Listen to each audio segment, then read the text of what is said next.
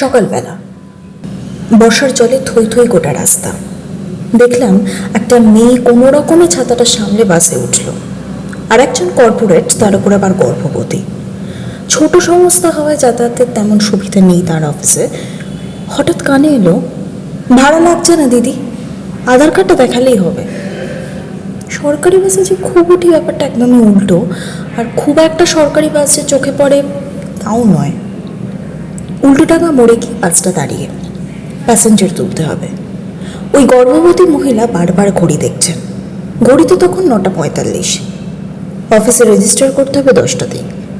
কিচ্ছু করার নেই, আজও স্যালারি থেকে টাকা কাটবে। রাতে দেরি হলে চিন্তা করো না, আমি ক্যাব করে নেব। কথাবার্তায় আরও বোঝা গেল তিনি একজন সিঙ্গল মাদার। বাসটা দাঁড়িয়ে আছে তো আছেই প্রায় 8-10 মিনিট।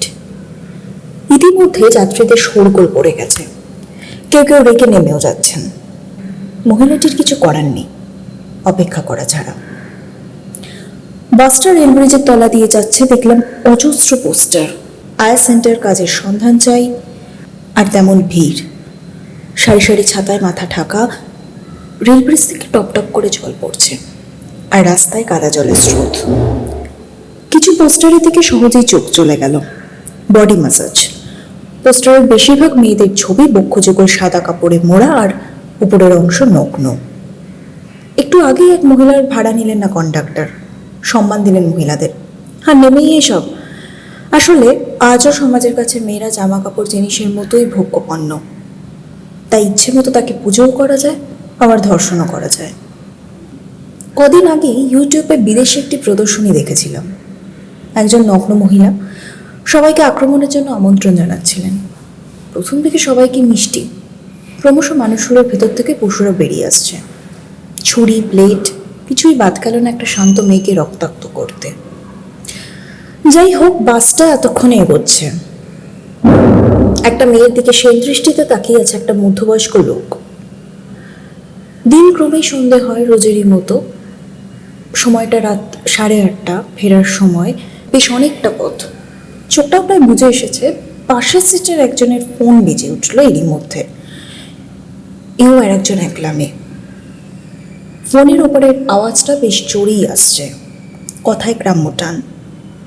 ফিরছিস? হ্যাঁ মা, তোমার ওষুধ আজ পাইনি গো।